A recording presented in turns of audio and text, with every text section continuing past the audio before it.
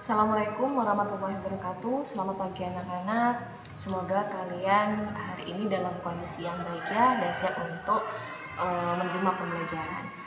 Pertama-tama saya akan mengucapkan selamat bagi kalian yang telah diterima di SMP 1 Cengawa, dan semoga dengan sistem pembelajaran seperti ini yang biasanya kita ada di sekolah saling bertemu tapi agak sedikit berbeda. Sekarang kita belajar jarak jauh dari rumah dan kalian belajar secara online, tapi saya berharap tidak mematahkan semangat kalian dalam belajar ya, dan semoga kalian cepat dalam beradaptasi. Baik, tidak usah lama-lama. Jadi di sini saya akan menjelaskan bab awal tentang pelajaran IPA, yaitu tentang objek IPA dan juga pengamatannya. Oh ya, sebagai informasi saya ingin memperkenalkan dulu. Nama saya adalah Deno Dewi Rosa Pratiwi. Kalian bisa panggil saya Ibu Deno. Di sini untuk pembelajaran IPA kalian akan diajar oleh dua guru. Yang pertama saya sendiri, dan nanti ada guru yang bernama Bapak Dayat. Nanti beliaunya akan mengajar pada bab selanjutnya. Jadi kalian jangan bingung kok awal gurunya berbeda ya. Nah, jadi saya ingin memberikan informasi terlebih dahulu, jadi biar kalian tidak bingung karena memang kalian akan diajar oleh dua guru ya. Baik, kalian harus tahu dulu dalam bab 1 di sini apa saja yang harus kalian pelajari. Untuk pada bab awal kalian akan mempelajari ada dua submateri. Yang pertama tentang penyelidikan IPA, di layar kalian bisa membaca di situ apa saja yang harus kalian pelajari. Yang kedua tentang pengukuran sebagai bagian dari pengamatan, karena memang penyelidikan IPA itu erat kaitannya dengan yang namanya pengukuran. Baik, kita mulai dari submateri yang pertama tentang yang namanya penyelidikan IPA.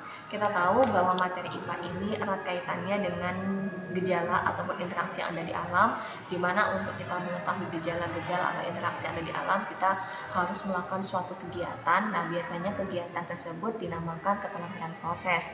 Keterampilan proses di sini dibagi menjadi 3, yaitu yang pertama ada namanya pengamatan.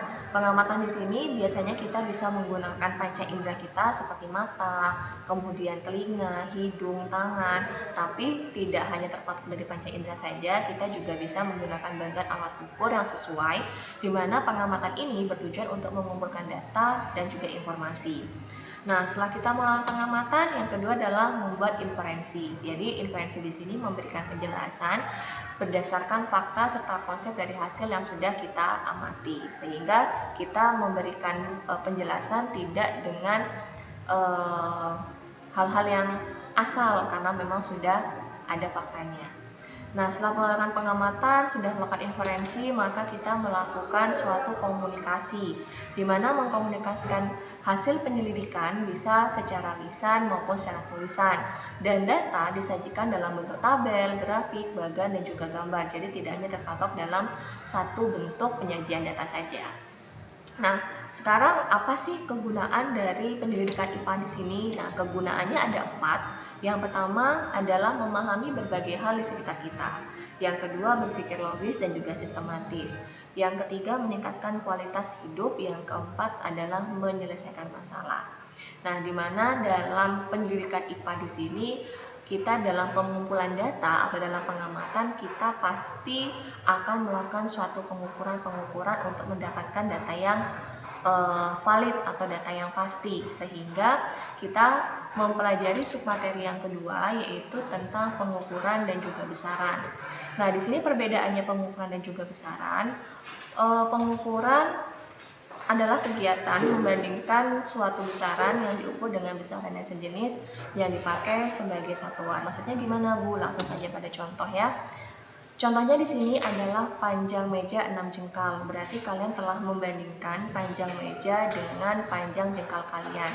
Kalau ada yang masih belum tahu jengkal itu apa, jengkal itu adalah telapak tangan kalian.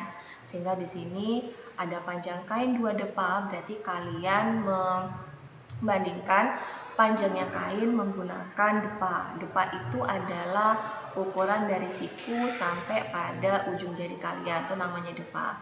Dan juga ada panjang meja 2 meter, berarti kalau menggunakan meter di sini sebagai satuan, berarti kalian sudah menggunakan alat ukur, contohnya seperti meteran ataupun penggaris ya. Jadi panjang meja dengan alat ukur yang digunakan. Nah, di sini jengkal, depa, dan juga meter itu merupakan suatu satuan. Nah, satuan itu sendiri apa? Satuan itu adalah standar ukur dari suatu besaran.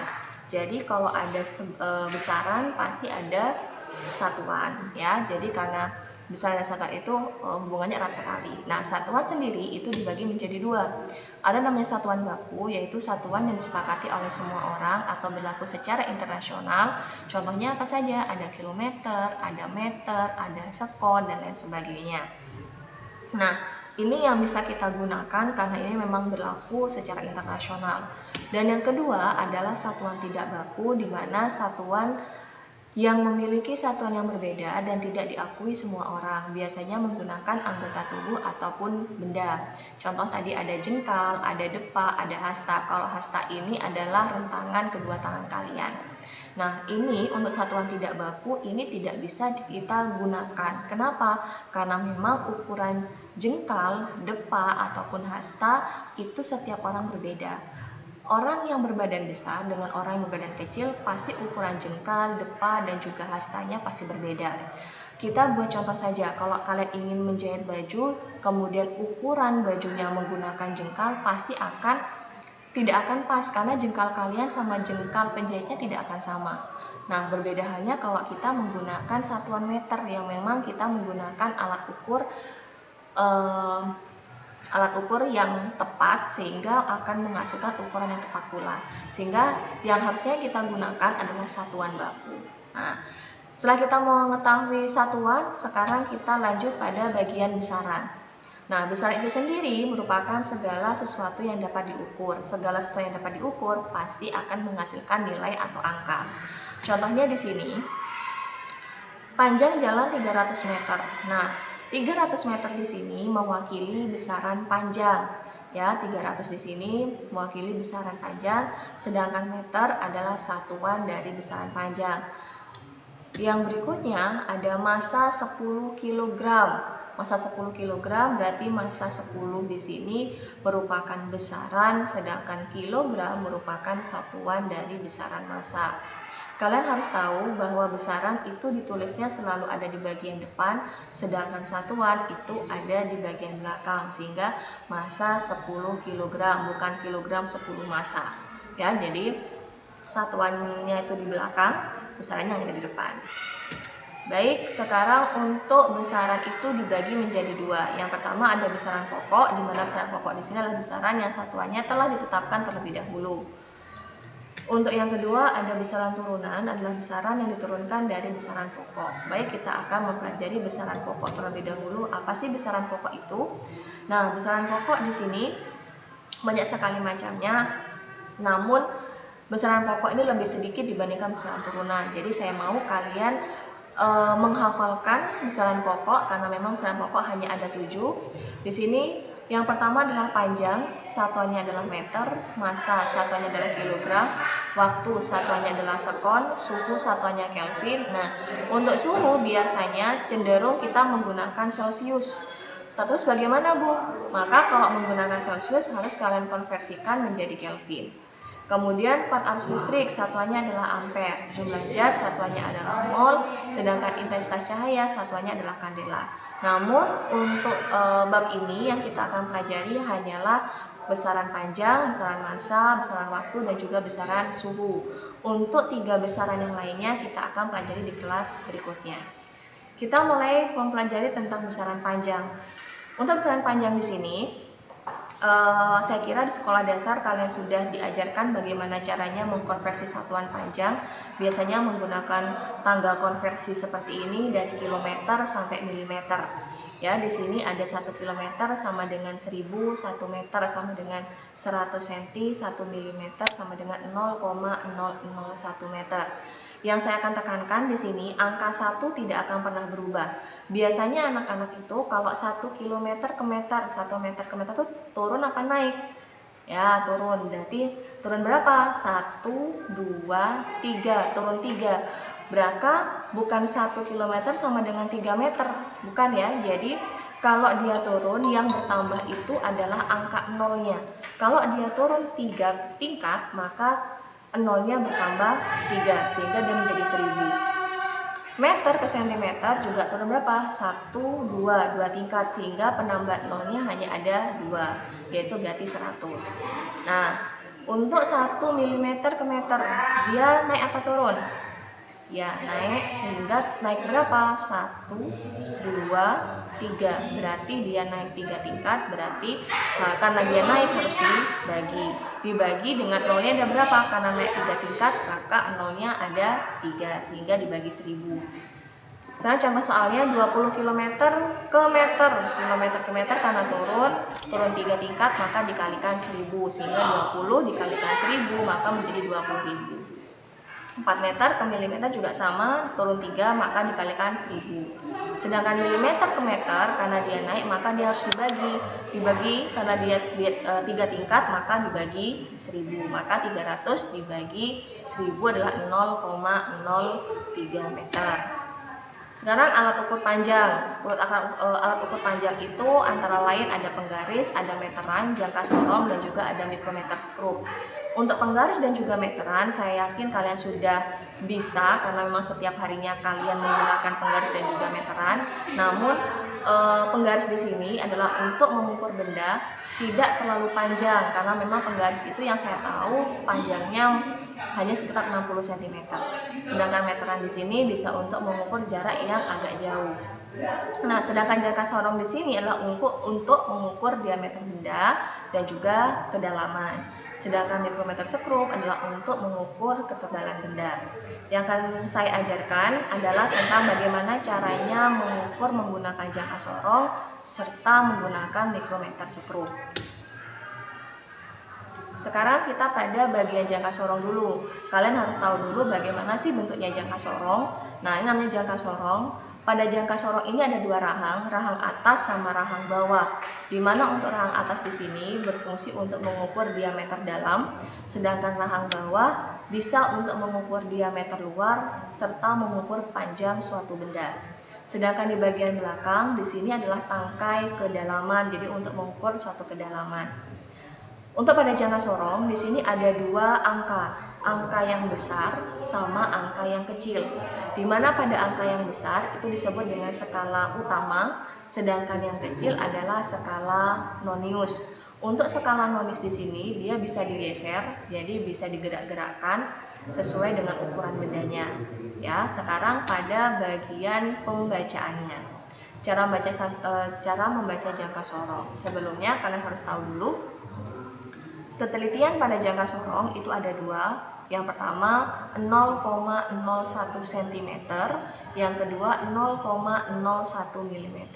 Kapan Bu kita menggunakan satuan yang cm, kapan yang menggunakan milimeter, itu tergantung dari soal. Kalau soal menginginkan dalam bentuk satuan cm, maka ketelitian yang kalian gunakan 0,01. Namun kalau soal menggunakan atau yang diminta menggunakan milimeter, maka ketelitian yang digunakan 0,01 mm. Baik, langkah-langkahnya yang pertama, perhatikan angka pada skala utama. Ini ya, skala utama. Cari angka yang mendekati angka 0 pada skala nonius ini. Ini angka 0 pada skala nonius. Nah, angka yang tidak melebihi garis 0 pada skala nonius. Jadi yang kalian cari pada skala utama, yang kalian ambil adalah angka yang mendekati angka 0. Di sini yang paling mendekati, tapi sebelumnya saya akan mengajarkan dulu bagaimana cara pembacaan dari skala utama. Di sini 0, 0,1, 0,2, 0,3, 0,4, 0,5, 0,6, 0,7, 0,8, 0,9, 1, 1,1 dan seterusnya. Itu untuk skala utama. Sedangkan untuk pada skala nonius di sini pembacaannya 0, 0,5, 1, 1,5, 2, 2,5 dan seterusnya. Namun dalam jangka sorong itu kadang-kadang ada variasinya pada skala nonius. Ada yang menggunakan angka desimal, ada yang langsung 0, 1, 2, 3, 4 dan seterusnya. Kalian tidak usah bingung karena memang cara pembacaannya sama, ya. Jadi saya ulangi lagi, yang pertama adalah kalian fokuskan pada skala utama di sini, kalian cari angka yang paling dekat dengan angka 0 pada skala nonius. Yang diambil adalah angka sebelum melewati angka 0, bukan angka yang sudah melewati angka 0. Maka di sini yang lebih dekat adalah angka 1,1, bukan angka 1. Karena dari angka 1 ada yang lebih dekat lagi, yaitu adalah 1,1. Sehingga yang pertama adalah yang diambil ini, 1,1. Yang kedua, perhatikan angka pada skala nonius. Nah, kalau yang tadi kita perhatikan skala utama, sekarang kita pada skala nonius. Cari angka yang garisnya segaris atau lurus dengan skala utama. Perhatikan, 0 segaris tidak dengan yang di atasnya. Tidak ya, 0,5 juga tidak, 1 juga tidak, 1,5 juga tidak. Jadi kalian cari yang segaris. Nah, 6 ini hampir segaris, tapi dia agak sedikit menceng sehingga tidak bisa kita ambil. Nah, sedangkan 6,5 di sini benar-benar segaris atau lurus, maka yang kita ambil adalah yang 6,5 ini karena memang garisnya benar-benar segaris dengan garis yang ada di atasnya, ya. Kemudian ketiga, lalu ubah angka pada langkah nomor 2. Tadi yang 6,5 ini kesatuan yang diinginkan, bisa dalam bentuk cm atau dalam bentuk mm. Nah, di sini ada keterangannya. Menggunakan cm berarti kita menggunakan ketelitian 0,01 cm. Sehingga 6,5 tadi kalian kalikan dengan 0,01 cm. Kalau sudah, maka jumlahkan antara angka pada langkah pertama tadi yang kita dapatkan 1,1 dijumlahkan dengan tadi hasil perkalian antara 6,5 dikalikan 0,01. Lebih jelasnya saya akan tampilkan contohnya. Nah, di sini tadi yang pertama kita mendapatkan hasil 1,1 ya. Sini 1,1 cm. Yang kedua adalah 6,5 karena menggunakan satuan cm maka dikalikan 0,01 sehingga menghasilkan 0,065 cm.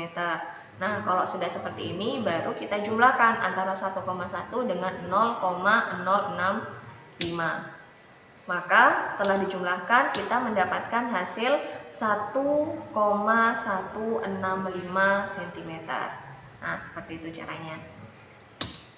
Contoh berikutnya. Nah, ini juga sama, hitunglah ukuran benda tersebut dalam satuan cm. Sekarang untuk yang skala utama dulu. Nah, cari angka yang mendekati angka 0. Berapa kira-kira? Ya, yang paling dekat adalah angka 2. Sedangkan skala noniusnya cari yang paling lurus. Di sini yang paling lurus adalah angka 6. Karena satuannya adalah cm, maka ketelitiannya yang digunakan 0,01. Bu, bagaimana Bu kalau menggunakan milimeter Bu? Nah, berarti kita menggunakan 0,1 milimeter yang di skala utama yang tadinya cm dirubah dalam bentuk satuan milimeter. Nah, tadi setelah dikalikan mendapatkan 0,06 lalu dijumlahkan sehingga menghasilkan 2,06 cm. Seperti itu ya, semoga kalian paham. Sekarang ini masih untuk yang contohnya satuan milimeter. Ya, di sini diberi saran skala utamanya 3 dengan 3,1 maka lebih dekatan yang 3,1 cm karena satuannya yang kita milimeter, maka yang tadinya senti dirubah dalam bentuk satuan milimeter. Karena cm ke milimeter hanya turun 1 tingkat, maka dikalikan 10. Maka 3,1 dikalikan 10 menghasilkan 31 mm. Sekarang skala nonius yang paling lurus yang mana? Nah, yang paling lurus itu adalah angka 4. Sehingga kalau menggunakan milimeter, ketelitiannya menggunakan 0,1. Sehingga terdapat 0,4. Setelah semuanya didapatkan, langsung dijumlah, maka menjadi 31,4 mm. Ya, seperti itu. Sekarang lanjut pada mikrometer sekrup. Sama kaitannya dengan jangka sorong, kalian harus tahu dulu bagaimana bentuk mikrometer sekrup. Cara perhitungannya pun juga hampir sama dengan jangka sorong. Di sini mikrometer sekrup memiliki dua skala. Skala utamanya yang ini, sedangkan yang di sini adalah skala nonius yang bisa diputar sesuai dengan kebutuhan bendanya. Nah, di sini adalah rahang tetapnya, sedangkan inilah rahang gesernya. Kemudian roda berikinya, ya di sini adalah skala utama, di sini adalah skala nonius. Baik, sekarang bagaimana cara pembacaannya? Oh ya, sebelumnya ketelitian mikrometer sekrup di sini hanya ada satu, yaitu menggunakan 0,01 mm. Karena dalam mikrometer sekrup di sini satuannya hanya ada satu, yaitu hanya menggunakan milimeter. Berbeda tadi dengan jangka sorong. Kalau jangka sorong ada dua, bisa menggunakan sentimeter, bisa menggunakan milimeter. Tapi kalau mikrometer sekrup hanya menggunakan satuan milimeter. Langkah-langkahnya yang pertama, perhatikan, oh ya, sebelumnya saya akan menjelaskan bagaimana cara pembacaan skala utamanya. Skala utamanya di sini ada dua angka yang besar sama ada yang angka yang kecil. Untuk yang angka yang besar di sini adalah 0, 1, 2, 3, 4 dan seterusnya. Sedangkan yang bawah itu adalah angka desimalnya, sehingga kalau membaca 0, 0,5, 1, 1,5, 2, 2,5, 3, 3,5 dan seterusnya. Sedangkan pada skala nonius, semakin ke atas maka nilainya semakin besar, semakin ke bawah maka nilainya semakin kecil. Perhatikan, 35, 36, 37, 38, 39, 40. Nah, di sini 45, 44, 43, 42, 41, 40. Jadi semakin ke atas semakin besar nilainya, semakin ke bawah semakin kecil. Baik, yang pertama, perhatikan angka pada skala utama ya. Lalu amati angka mana yang mendekati garis pada selungkup mikrometer sekrup. Nah, ini adalah garis ini merupakan garis dari selungkup pada mikrometer sekrup. Antara 8 sama 8,5 yang paling mendekati pada selungkup itu adalah 8,5, bukan 8. Jadi kalian benar-benar harus teliti, yang paling mendekati garis adalah 8,5. Sekarang kita ke skala noniusnya, lalu amati angka yang garisnya segaris dengan garis pada skala utama. Kalian cari pada skala nonius di sini yang garisnya segaris pada skala utama. 35 tidak segaris, 36 tidak segaris, 37 tidak segaris, tapi yang segaris adalah 38. Sehingga yang diambil angkanya pada skala nonius itu adalah 38. Yang berikutnya sama pada jangka sorong, kalau sudah menemukan angka pada skala nonius maka kita kalikan dengan ketelitiannya menggunakan 0,01 mm.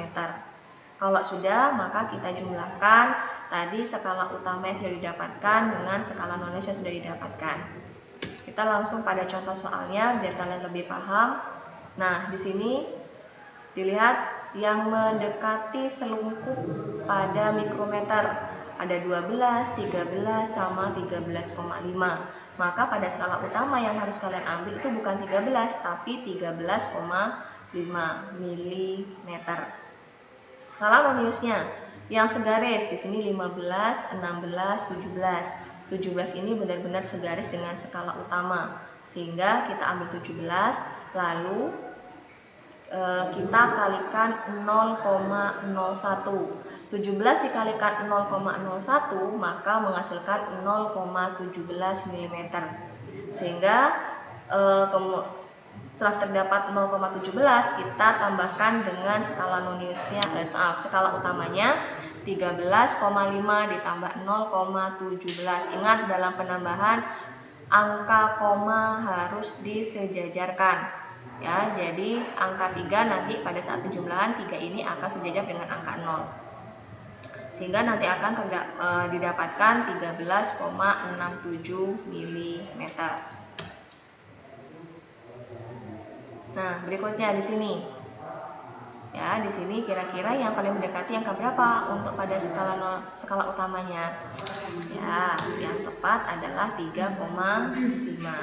Sedangkan untuk skala noniusnya yang paling lurus di sini terdapat angka Ya 20, sehingga langsung dikalikan 0,01 sehingga mendapatkan 0,2.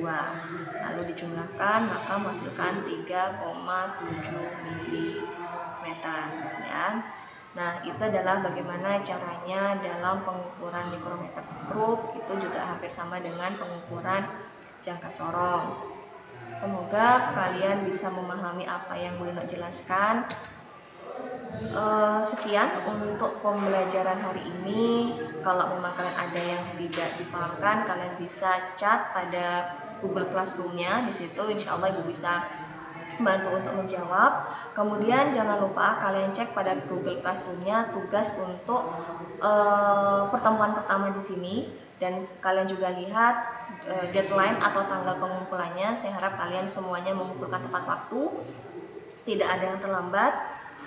Baiklah, saya akhiri dulu. Saya minta maaf jika ada salah-salah kata. Wassalamualaikum warahmatullahi wabarakatuh.